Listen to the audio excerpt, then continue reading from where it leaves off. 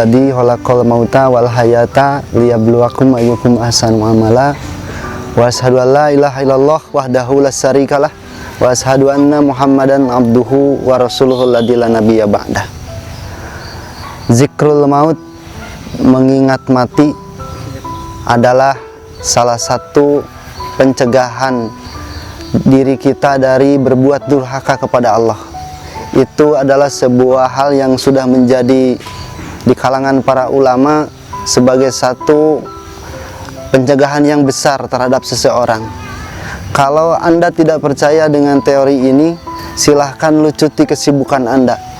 Kemudian Anda datanglah ke tempat pekuburan dan ingatlah di mana orang-orang besar dahulu yang berjalan bersama manusia, berbicara dengan mereka.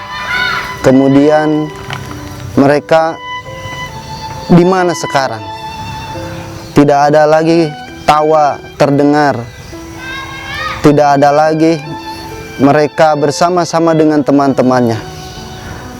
Menurut para ahli sunnah, ketika seseorang mengingat kematian, ini akan menjadi sebuah hal yang bisa mencegah dirinya untuk berbuat maksiat. Apa yang disabdakan oleh Nabi, kafa bil mauti wa'idun, cukuplah dengan kematian itu sebagai sebuah nasihat. Iwatu iman, pemirsa Madinah TV Persis, di dalam sebuah hadis, ketika ada seorang sahabat Ansor bertanya kepada Nabi Muhammad SAW, Ayyul mu'minina abdolu, ya Rasulullah, orang mukmin yang bagaimana yang paling utama? Qala, maka Rasulullah menjawab, ahsanuhum khuluqan, kata Rasulullah, dialah yang paling baik akhlaknya. Kemudian dia bertanya lagi, ayyul mu'minina akyas, orang beriman yang bagaimana yang cerdas? Maka Rasulullah menjawab, aktsaruhum lil mauti dzikran, merekalah yang orang-orang beriman yang banyak mengingat kematian. Wa ahsanuhum isti'dadan, dan mereka juga yang paling baik adalah yang mempersiapkan bekal setelah kematian.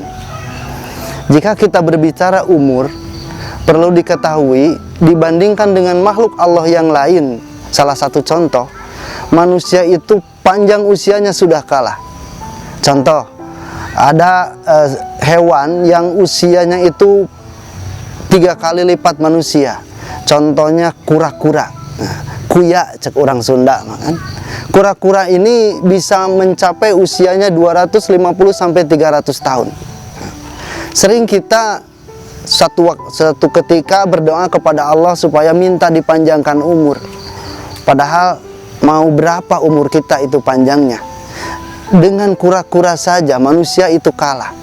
Rasulullah mengatakan umatku umurnya adalah sekitar 60 sampai 70 tahun.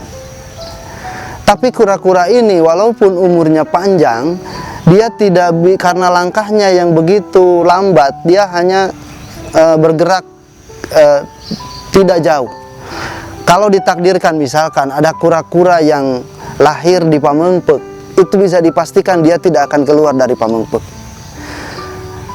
Dan sebaliknya ada satu makhluk Allah yang mungkin dia usianya pendek, tapi berkembangnya begitu cepat.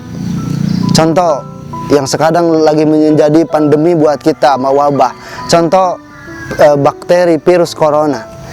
Menurut para ahli usianya cuma 9 hari, tapi dia bisa berkeliling dunia.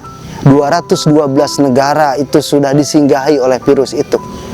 Kalau saya tanya, kira-kira kita ini hidup mau seperti kura-kura atau seperti virus corona? Mungkin dua-duanya bukan pilihan.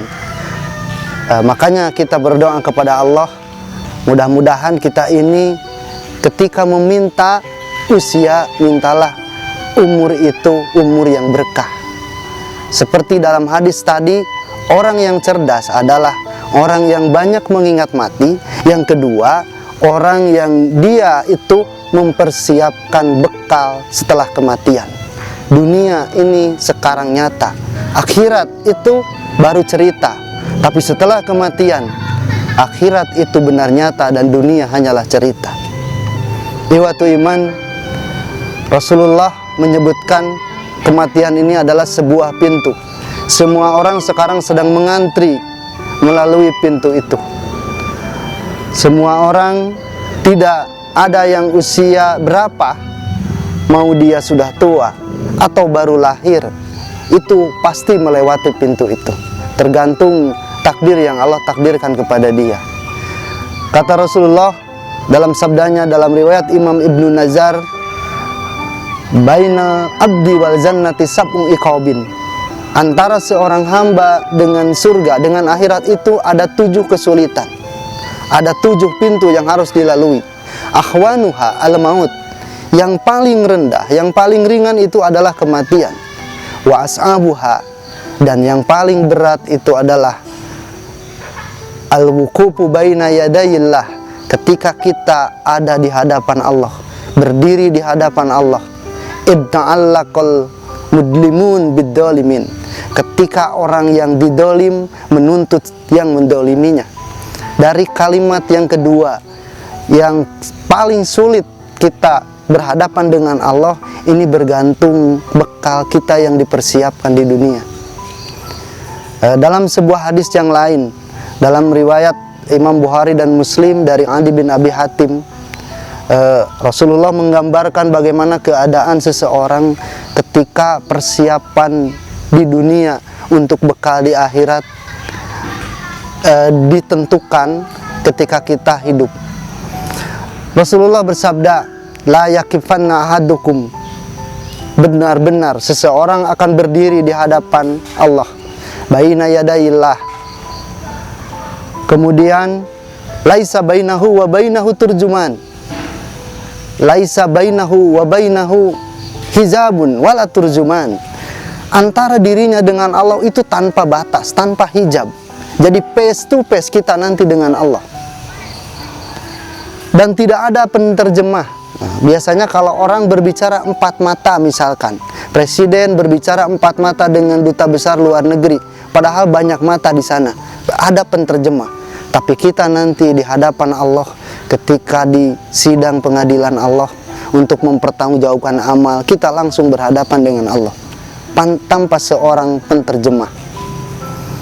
Kemudian fala yakulanna, maka pasti akan ditanyakan pada waktu itu, alam uti kamalan, apakah pernah diberikan kepadamu harta? Maka kita akan menjawab, bala, tentu saja. Kita diberi harta, diberi titipan di dunia ini. Harta itu kita gunakan untuk apa? Harta itu kita dapat dari mana? Semua akan ditanya. Kemudian fala yakulana, kemudian pasti akan ditanya lagi, alam ursil ilaika rasulan, apakah pernah diutus kepadamu seorang rasul? Kita hidup diatur oleh Al-Quran dan Sunnah yang diberi petunjuknya oleh Rasulullah. Sudahkah kita melaksanakan semua aturan itu? Fayanduru an aimanihi fala yaro, kemudian orang itu melihat ke kanan, fala yaro, tidak ada apa-apa. Upami digambarkan cawur bahasa Sunda nama kepa, ketika murang kali di sekolah gitu, anak kecil dia sedang ujian, kemudian malam tadi tidak menghafal. Ketika mengisi ujian dia tidak bisa, tengok kiri, tengok kanan, tidak ada yang memberitahu. Maka yang tergambar pasti ujiannya tidak lulus, pasti ujiannya jelek nilainya. Fala yaro, kata Rasulullah, illan nar, kecuali neraka yang tergambar. Ketika menoleh ke kanan tidak ada sanak famili, tidak ada ayah ibu, tidak ada kerabat untuk menolongnya. Maka yang tergambar waktu itu kecuali neraka. Banyak sekali amal ibadah belum dilaksanakan. Payanduru ansimalihi, kemudian dia melihat ke kiri, pala yaro, tidak ada apa-apa. Banyak kemaksiatan yang belum ditaubati. Banyak sekali dosa yang belum pernah dimintakan ampunan. Maka yang tergambar pasti illan nar, kecuali neraka. Para sahabat waktu itu mendengar apa yang disampaikan Nabi, semua menangis. Ya Rasulullah, kami harus berbuat apa? Maka kata Rasulullah, Palyatakiyanna, hati-hatilah kalian. Ahadukumun nar, kepada salah seorang dari kalian ada api neraka. Artinya, jagalah diri kalian dari neraka, kata Rasulullah. Bagaimana cara menjaganya? Walau bisikin tamrotin, walau hanya dengan sebiji kurma. Artinya punya kurma kita sebiji, sodakohkan. Sodakoh itu bisa jadi hijab dari api neraka. Fa'ilam yajid, jika kita tidak punya untuk disodakohkan, pabi kalimatin thayyibah, maka dengan ucapan yang baik itu sudah menjadi sodakoh. Ada sebuah ungkapan dari ahli sastra, kita akan dilamar oleh malaikat maut, dinikahkan dengan kematian, dan bercerai dengan dunia. Jangan pernah kita menunda sebuah kebaikan, dan jangan pernah kita lalai untuk bertaubat dari segala dosa. Aqulu qouli hada wastaghfirullah li wa lakum. Wassalamualaikum warahmatullahi wabarakatuh.